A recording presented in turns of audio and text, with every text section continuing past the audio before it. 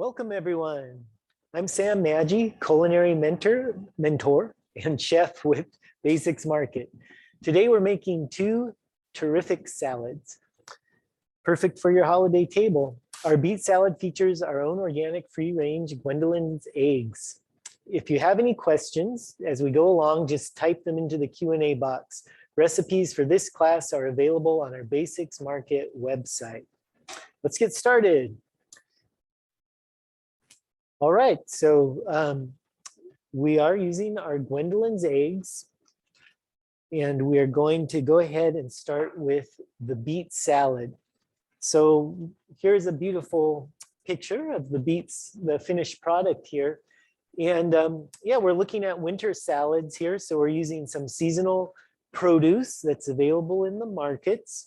And we're using some really great ancient vegetables that have been in use for thousands of years and have a lot of healthful properties, which will boost us going through these dark winter days. It's a dark and stormy afternoon out there.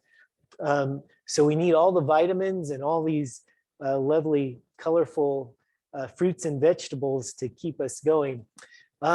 As far as your holiday table, these winter salads are really great additions in that they'll help cleanse the palate, you know, in between some of those kind of richer foods we often have on our holiday table. And they add a lot of great color and a lot of just diversity and texture. So without further ado, let's get going on this beet salad. So one thing there's a couple things to do ahead here that can be done even a couple days ahead. One is hard boiling the eggs. So here I have some eggs that I've already hard boiled, and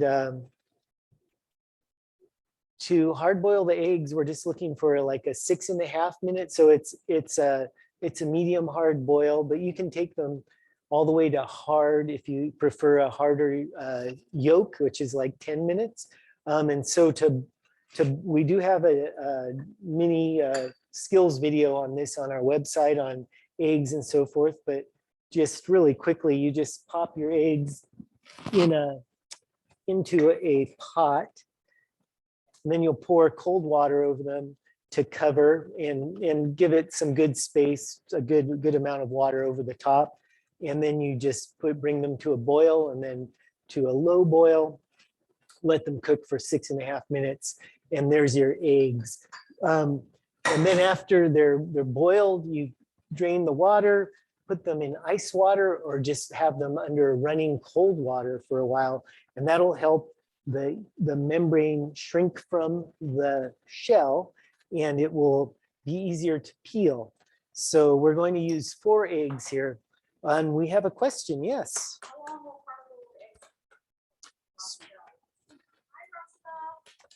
So Rosabelle has a question about how long the eggs will keep in the fridge.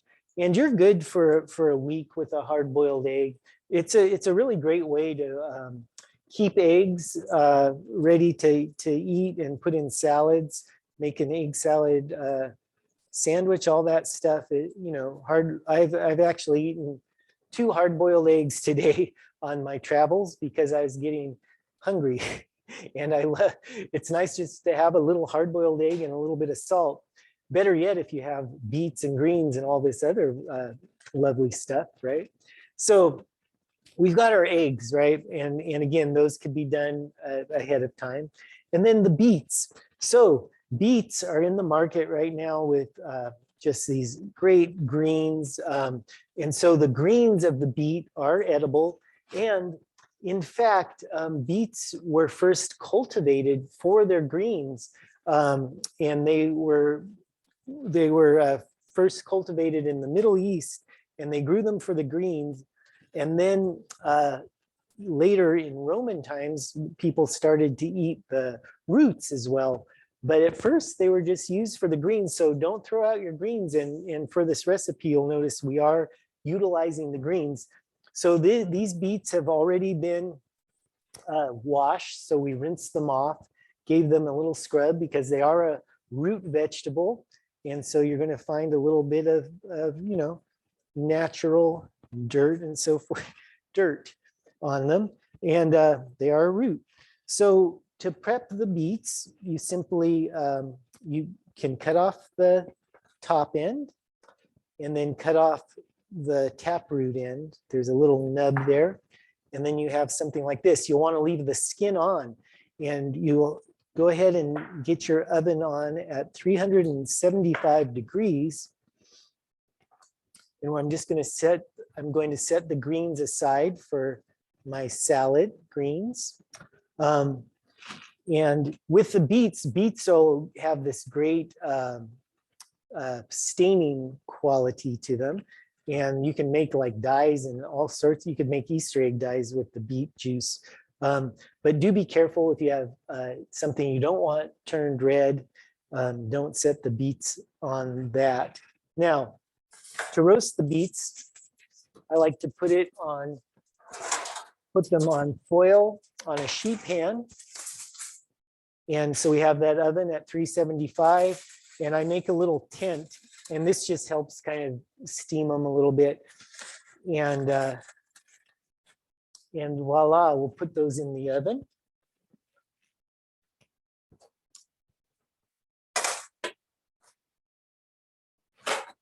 Okay, so the beets will roast about 1 hour. Now, lucky for us, I have some that I roasted earlier today, and so we're ready to go with those beets.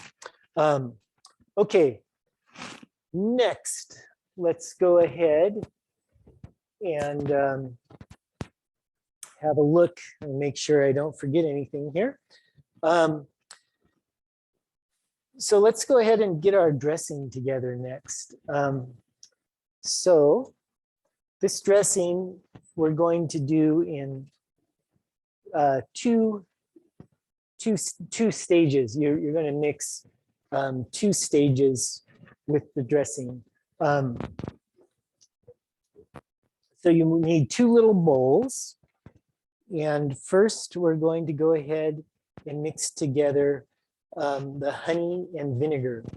So I have my vinegar here, and I have the honey, and I'm going to go ahead and whisk those together.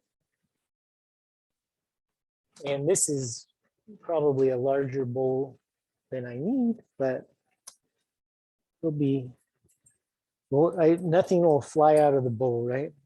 So we'll go ahead and mix that honey and vinegar. So beets have a lot of great vitamins in the greens and in the root. And so they're very good for us. Okay, so that's part of your dressing there. And this is actually what we're going to put on to the beets. And so let's go ahead and get my magic roasted beets out. So we'll pretend an hour has gone by, and then also we've allowed the beets to cool a little bit. And after you've roasted your beets and cooled them, you can put your beets in the refrigerator, and they'll last again for, you've got a good 4 or 5 days on your roasted beets. And another just nice item to have in the refrigerator for snacking on, or if you want a little color on your plate, a lot of color on your hands and on everything else also. So you can see all this lovely beet juice here. Yeah, you can dye your clothes bright red if you choose. Okay, so here's the neat part about the roasted beet. Besides tasting really good, it's really easy to peel. So you can see I'm just sliding that peel right off with my fingers.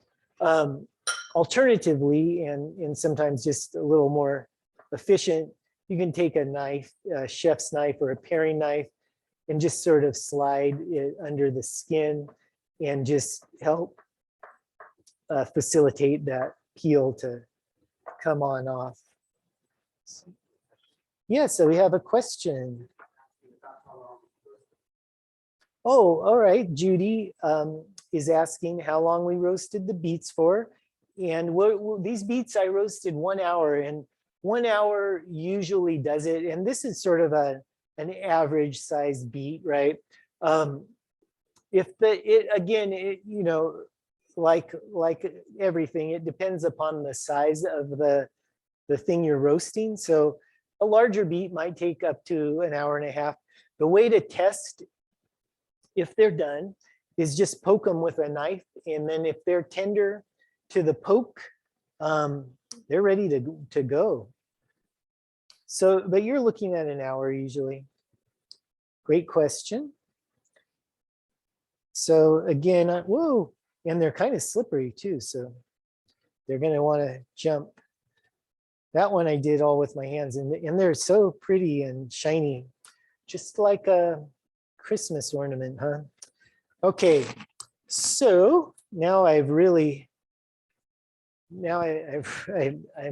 been caught red-handed with the beets. Okay, so what we're going to do is we're going to slice these guys up, and I'm just going to slice them. You can make, if you, with slicing, I always like to get a good flat surface.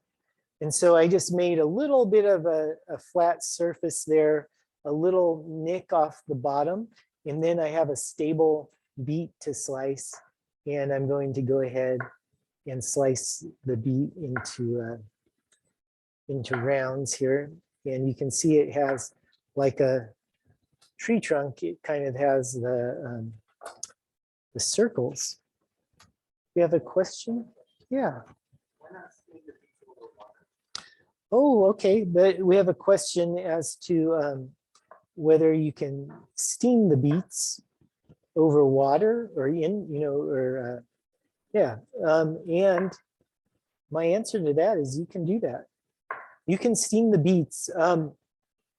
What I have found, and this, it's just entirely your preference, but the roasted beet develops the sugar a little more. So beets, you can get sugar, right? There's sugar beets that are just grown for their sugar, and then we get sugar out of them.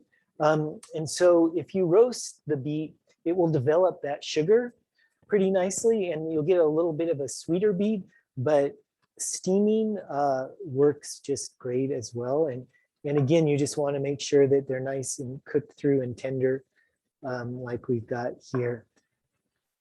All right, and then for this final one, I'm going to go this way, just carefully across and then down. And then there we have our 3 beets sliced up. And what I'll do, here's some chives for in a minute. Well, actually, let's just put those right in with our honey and vinegar there. Perfect. Okay. And we'll just, and then you just want to coat them. So you just toss them around, and these will kind of just marinate there for a little bit, and that'll give a really great flavor to our dish. All right, what do we got next here? Now we're going to mix the mustard into the cream. So here I have a 1/4 cup of Lulabelle's heavy cream. And Lulabelle's is another one of our basics brands, fresh dairy from right here in the Willamette Valley. Beautiful, beautiful cream. I'm really enjoying cooking with this cream.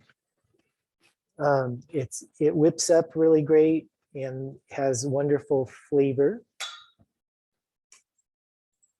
And it looks like we have another question. Yes. What kind of salad greens pair well with the beets? We have a question as to what sort of salad greens pair well with the beets. So of course, the beet greens, we're going to utilize those. And actually, that's a great question for where we are coming to with our recipe. I think we're just almost about there. But just to answer your question quickly, what I've got here is spring greens I'm going to be using. And these are, or winter greens would be more appropriate, right? Winter greens. So I'd say like arugula would be nice. Any sort of mixed greens and herb mix would be great. Really anything you can get your hands on. Watercress is nice. I couldn't find watercress today, but I did find these really nice. I've been loving the microgreens lately that we just have been getting into our basics markets. And I've been using them a lot on just about everything. And these are arugula microgreens, which I thought would be a nice stand-in for the watercress because they have a little bit of bite. So it's nice to have some contrasting flavors, some different textures in there. But really whatever looks good, for as far as the greens go, I'd say that'll do it. Okay. So we've got our mustard and cream here. We've got our hard-boiled eggs. And so with the eggs, let's see what we've got here. It looks like they're just sort of cut in half, and that's what I'll do as well. And I should use a clean knife when you cut your excuse me. Use a clean knife when you cut your eggs, or you're going to get beet juice all over everything, which it's kind of pretty, but you might not want that. But if you want kind of pink tinged eggs, yeah, don't wash your knife and you'll get them. And they look kind of cool. Okay, it's like a tie-dye egg or something. Okay, an Easter egg. All right, so now we've got a lot of our components here. I've got some salt, pepper. I have a 1/4 cup of chives, and this is going to be one of the garnishes. So chives, looking like this, right? And then we're just going to go ahead, and with chives, it's nice to get them nice and tight and then just cut across. And that's how you get the nice little rings of chives. And so we've got a 1/4 cup of chives to put on top. And then horseradish. Horseradish is in the markets right now. Good for meat, of course, grated on roast beef and so forth. Also great on a salad or anything you want to add a little zing and zest. So this is what it looks like when you buy it, and then you want to peel it. Again, it's a root, so it's going to be a little muddy sometimes. And then you're going to go ahead and grate it, and then you get a nice grate like that. Okay, let's go ahead and get this put together. Here I've got a bowl for tossing, and let me grab.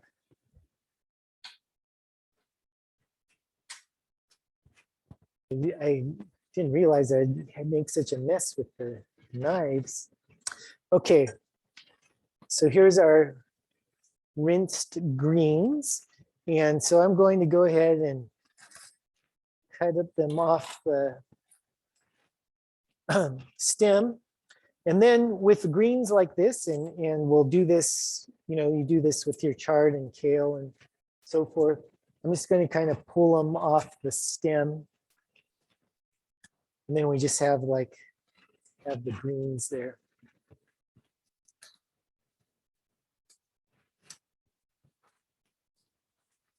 And you can leave the stem also if you like. And that just adds a little color and texture. And I'm chopping there, and you know what?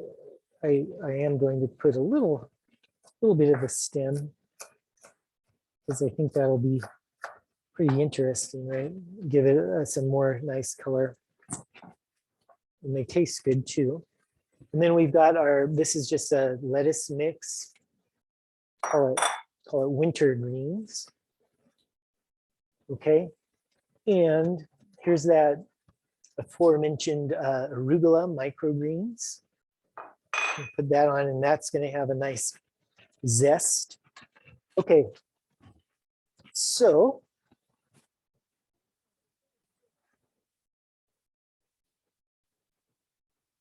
now let's go ahead and we'll put our beets on. So you can see already this is looking pretty. A lot of color. The color, a lot of drama. And I probably should have not done this one first. It's beets are juice everywhere. Okay, now we're going to put our eggs on there. Now you could plate this also individually, which might, depending upon what sort of service you're doing for your meal, little individual plates could be really pretty. Or you can do it like this and people can serve themselves, or you could serve it out of the bowl. Then we're going to go ahead and we're going to drizzle it with our cream mustard.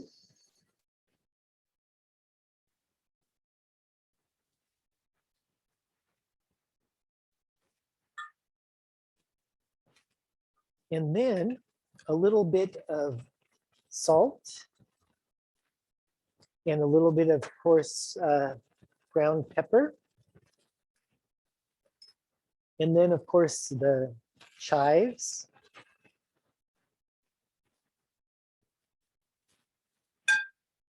And the horseradish. Now this stuff we want to kind of integrate in there a little bit. And so I'm going to go ahead and I'm going to use these tongs and just sort of make sure that some of that stuff goes down. Get some fresh looking beets up on top, something like that. And there we go. It's a beautiful salad of beets and greens. And so there's that guy. Now let's go ahead and we'll taste this in a moment. But let's go ahead and have a look at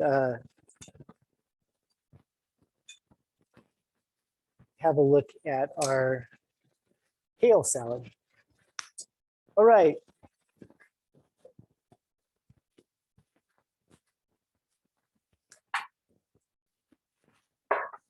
So the kale salad, this is a kale and butternut pomegranate salad.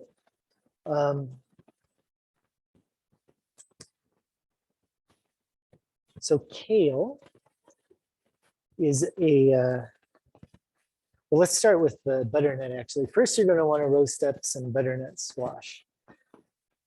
So we'll go ahead and get our oven preheated to 350 with this one. And so a lot of times, one of the big questions we get in the culinary education department is how to get into a winter squash like this. So I've already gone ahead and I've cut off the top, and that's what I've already roasted. And so I just wanted to, this was a really big squash. Now butternut squash is winter squash, and butternut squash, it's actually a berry. So this is a fruit, and beyond being a fruit, it's a berry.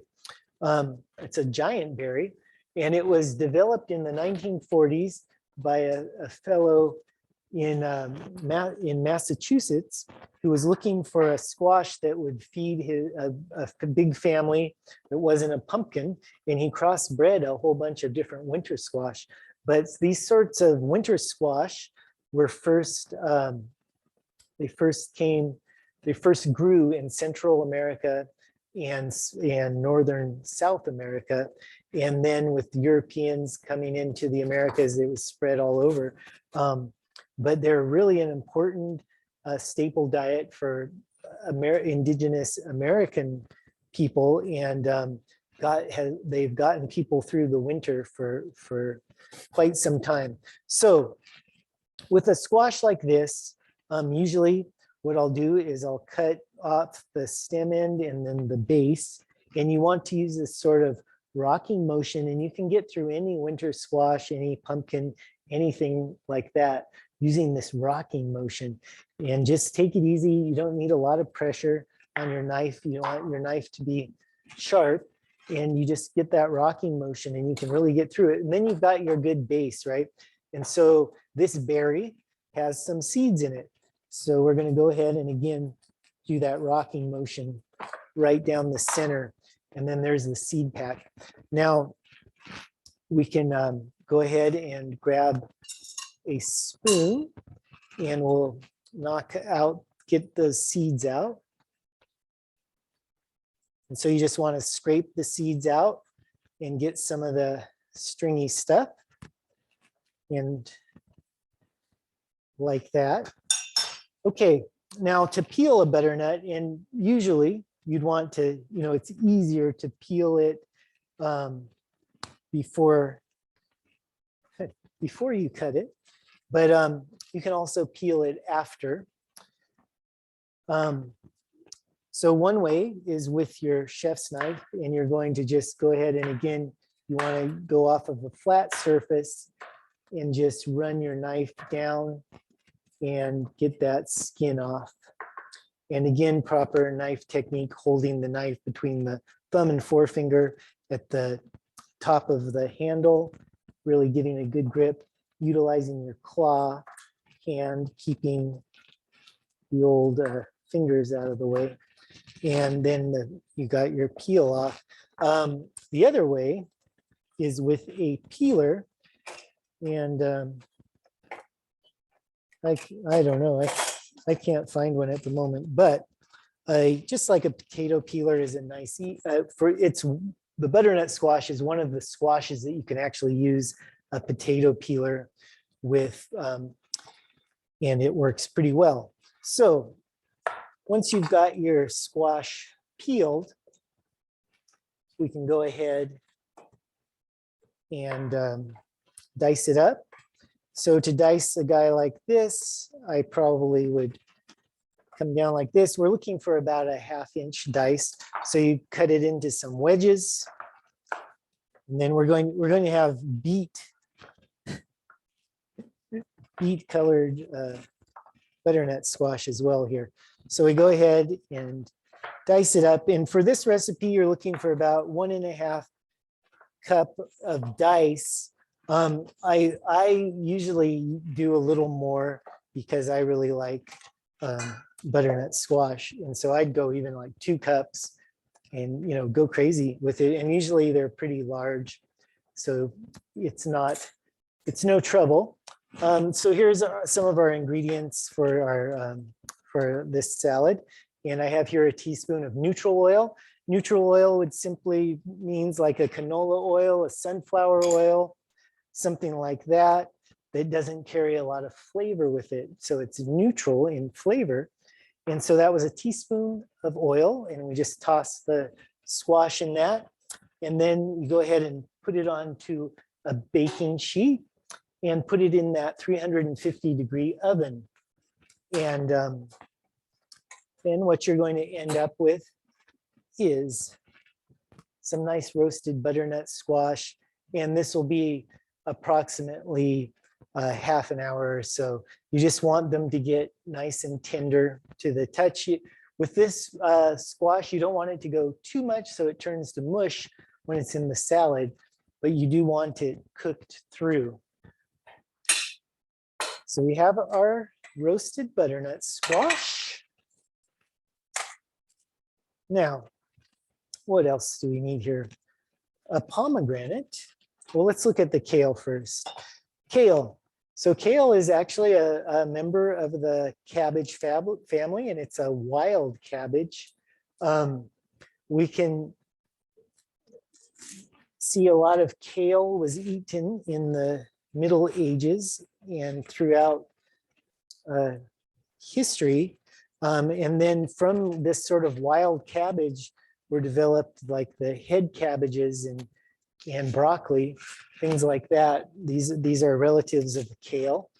And but kale is closest to the just like the wild cabbage. So kale, it comes off the stem really easily just by pulling it right off the stem.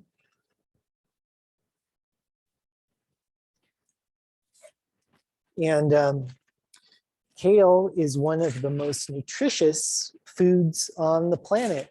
So it's good to eat as much kale as you can. And again, during these winter months, it's great. And so we're looking at about one bunch of kale. And then depending on that bunch of kale, sometimes they can be a little small.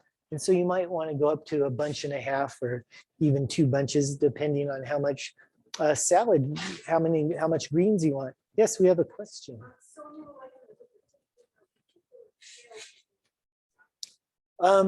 So Sonia is asking if there's a particular kale to use for this salad. And you know, any kind of kale you like, you could even do a mix of like, I mean, the most common kales I think in the markets are the lacinato, which I'm using here is also sometimes referred to as dinosaur kale. And it's a really, you know, it's a great kale. It has that really great dark color and it's packed with vitamins and all that. A red Russian kale is another good one, and you get a little bit of a different color palette with that. But really any kale, as long as it looks good and fresh, I think, you know, you're in good shape. Now from here, you can either tear up the leaves or you can go ahead and cut them up with a knife, which I'm going to do. And because I'd like to show you the how to chiffonade a little bit. So a chiffonade is a great technique with any leafy green or, you know, or herb like basil or something. And that's just where you pack your leaf tight and then roll the knife over it and you'll get a chiffonade. Now here we're going to want to go kind of wide strips and then maybe across, and you know, you want to be able to eat it, right? So just some nice wide strips. And then we'll go across. Now there is also the technique which I still could do here, and but it's a little easier when it's in a full leaf, and that's where you massage the kale.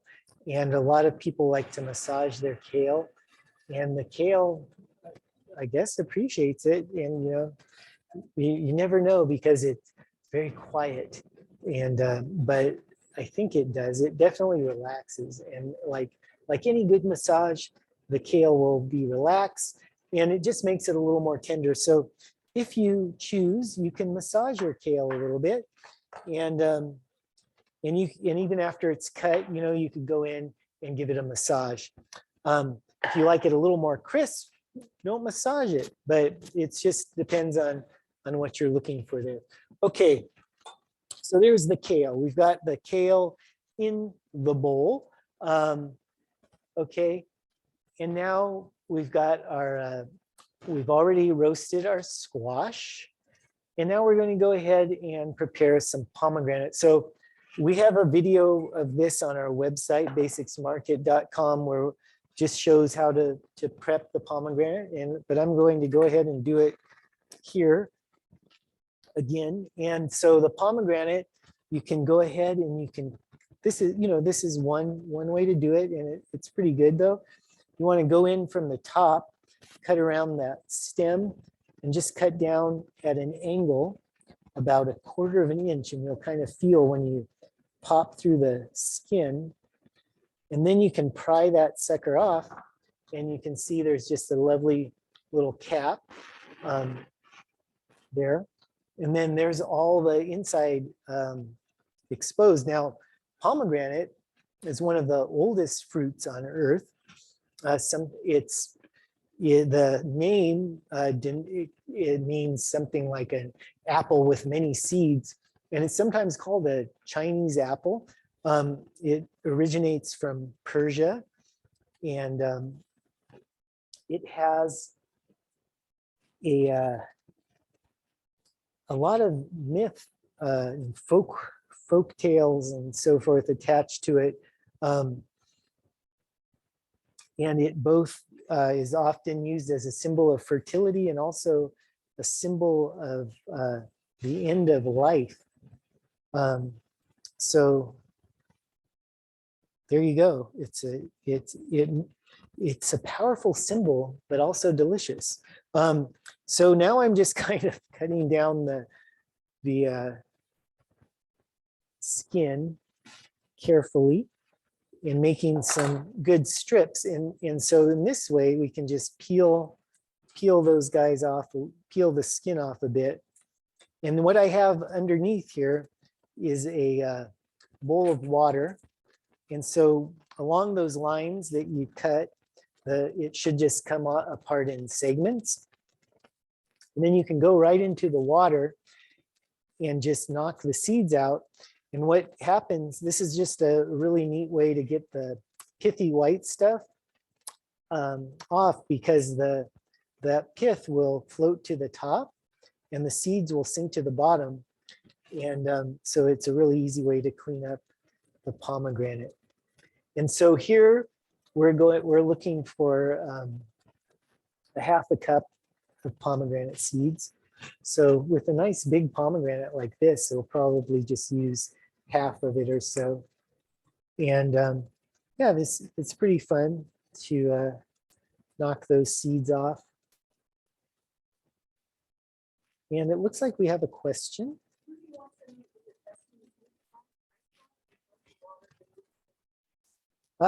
So Judy wants to know what temperature of water to use, and also asking if the water will dilute the taste. And the water should be cold, cool water. It doesn't have to be ice cold. You don't want warm water because we don't want to cook the pomegranate seeds.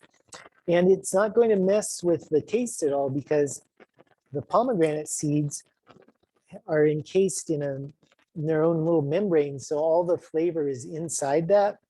It's all the juice, right, that's in there.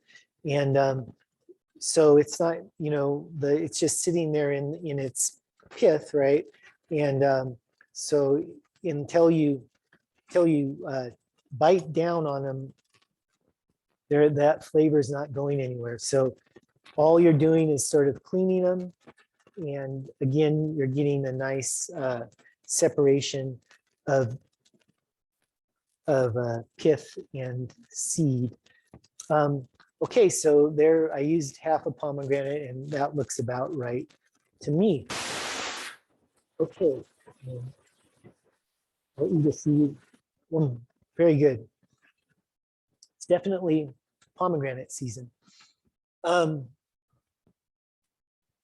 Okay, so next we have a little dressing that goes with this one as well. So for this, we're just going to put everything into a bowl. So this is a kind of dressing that's easy to handle, because we're just going to whisk all our ingredients into one bowl. Yes, another question.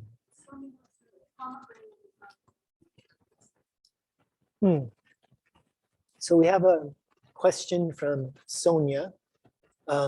If there's not pomegranate seed available, what could you substitute? And for this salad, I think like cranberries, like dried cranberries or dried blueberries, something like that, or even maybe even a fresh, in winter, like I want to say, like probably not a fresh berry, but they are available year round in our world here. But I think a dried berry would kind of give you that kind of similar chewy texture and a little bit of sweetness. So I'd say maybe a cranberry or dried blueberry would be great substitutes here for the old pomegranate. Okay, so here we have our oil, and this is 3 tablespoons of oil, or I'm sorry, 6 tablespoons of oil, and then I've got my 3 tablespoons of vinegar, and we're going to go ahead and whisk the vinegar and oil.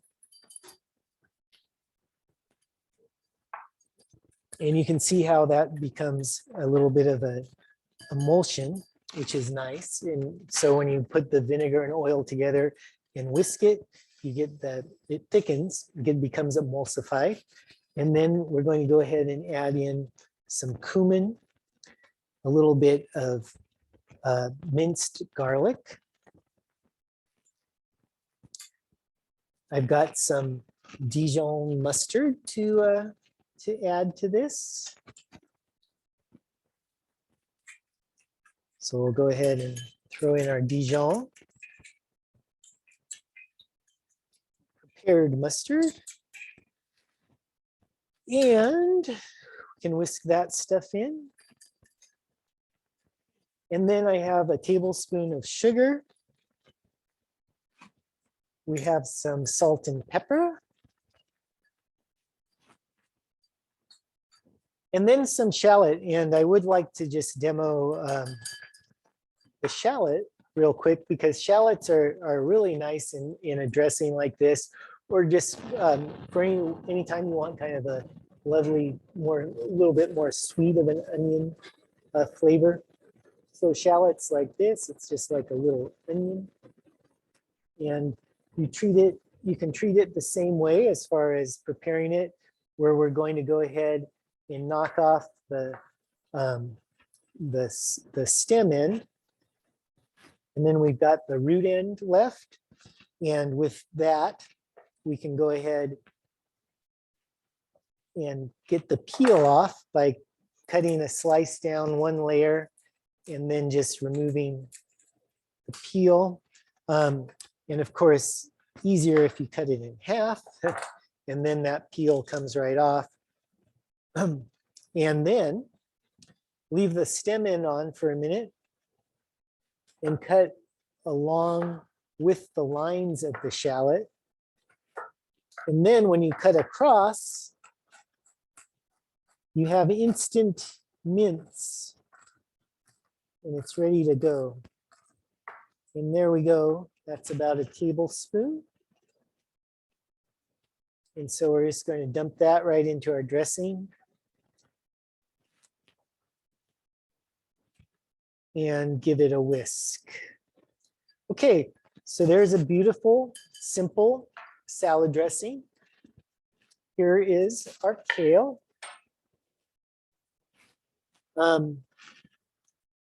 I've got some Parmesan. I have a 3/4 cup of Parmesan, 3/4 cup of toasted almonds. So these are just some slivered or sliced almonds I had here, which I toasted in that 350 oven while my squash was roasting, and just for a few minutes, shook them once in a while till they turned golden brown and a little bit crispy.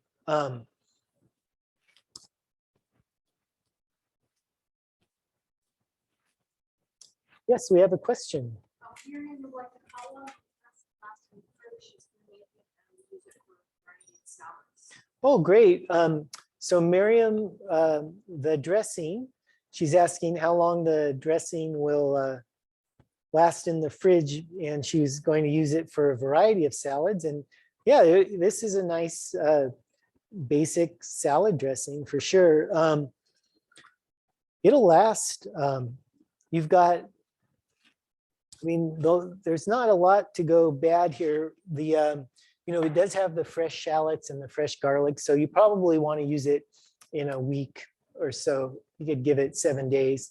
But yeah, and what's going to happen if you put it in your fridge, it is going to separate because the oil will, consolidate. and get a little bit firm. It'll separate from the vinegar. So you're just going to bring it back to room temperature, whisk it again, and it'll be good to go. So here's our 1/2 cup of pomegranate seed that I pulled out of the water. And like I said, that was about 1/2 of average, nice, averagely large pomegranate, a real beauty. And so now we're ready to put this salad together.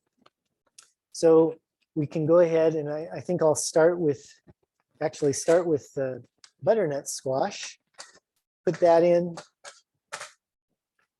And then we've got our pomegranate seeds. I'm going to put 1/2 of those in, and then 1/2 the nuts. And what I'm going to do with this one is toss that stuff in a little bit, dress it.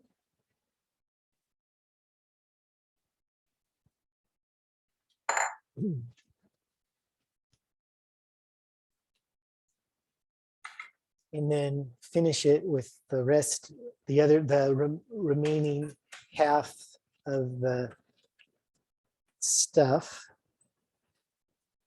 Get the Parmesan in there. Yes, we have a question.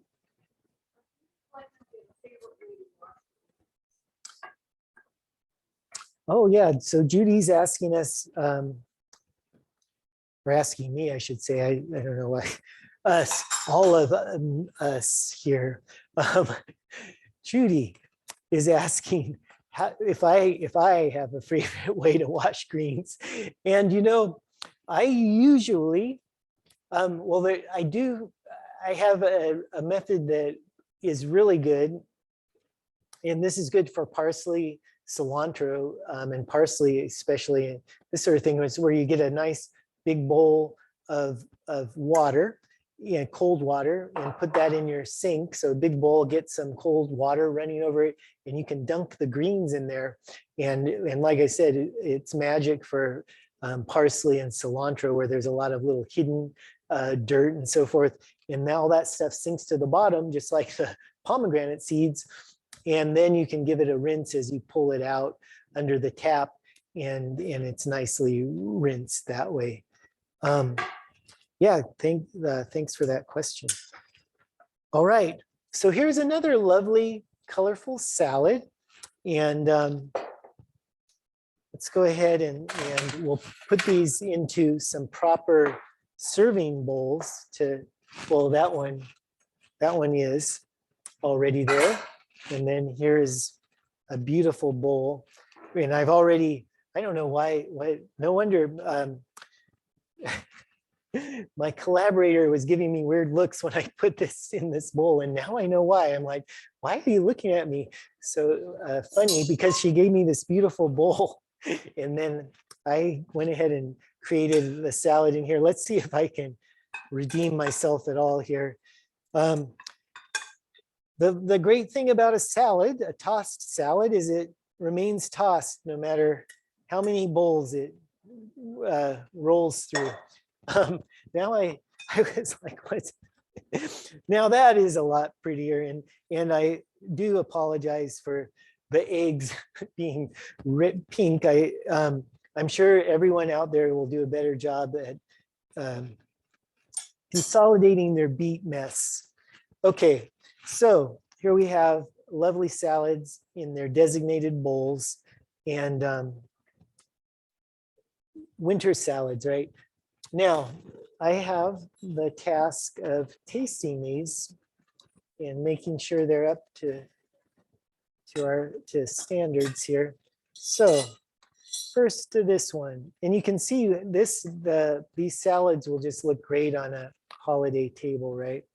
And again, some purposes served by the salad is a palate cleanser, color, some great diverse texture for your holiday meal, or any time.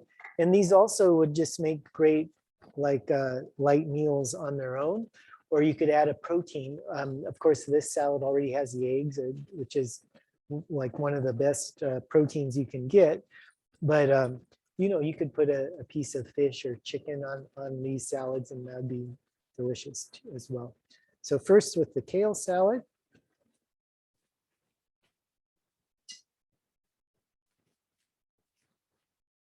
So good.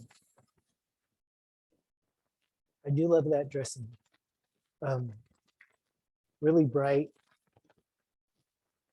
vibrant, and just a lot of great textures between the crunchy leaves, the pomegranate seeds, the nuts, and then the kind of soft sweetness of the squash.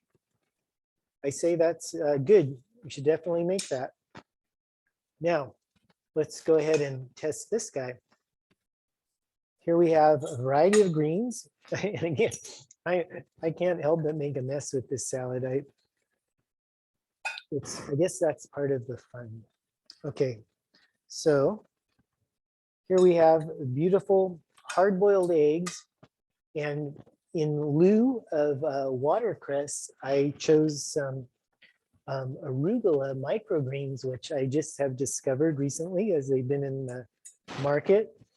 And I love their spicy bite, which watercress has that profile. So it's a good substitute.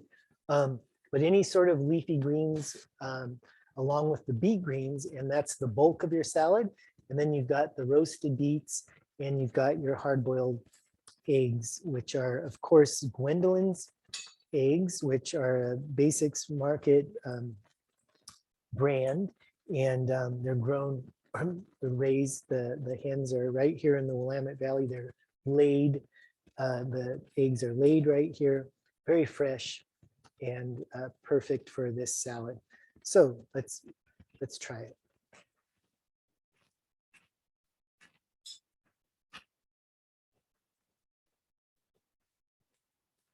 Also a fabulous salad.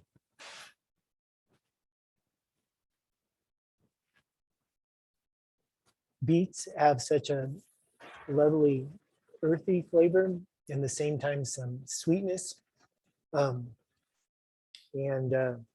They really lend themselves, the pairing of the root and the leaf is really amazing. And then of course your delicious hard-boiled eggs. And in this case, a little bit pink. And there's nothing wrong with that. All right, so there you go. 2 delicious winter salads to try. These recipes are available on our Basics Market website. There's a recipe library there. There's a class library there where you can watch all the many classes like this one on all the recipes, and then follow along and follow the recipe if you like. Or in the store, you can pick up these beautiful recipe cards for free, all in the Basics Markets, and use those for these recipes. So please do all that stuff and make these salads. We have upcoming classes on, we're going to start classes up again in the new year. Happy New Year, right? Wednesday, the 12th, I'll be back with shakshuka, which is a really fun, another egg dish, utilizing the Gwendolyn's eggs again. We're going to be making a flatbread, a really neat sort of Middle Eastern dish, shakshuka. And then after that, on the 19th, we'll be looking at a pear skillet cake. And then we're going to, at the end of the month, the 26th, we're going to go into some pierogi. And it's going to be really exciting and fun. We're going to do some dough and some filling and all the techniques to make your own lovely pierogi at home. All right, well, thanks for joining me, and please visit some of our markets. You can see we have 4 locations. There's a meat market in Beaverton on Canyon Road. We've got our downtown location, Lovejoy, Hillsdale location, and Sandy Boulevard. Again, thanks for joining me, and I've had a lovely time making a great big mess and cutting up a lot of beautiful vegetables and creating these lovely salads. Until next time, happy cooking and see you later.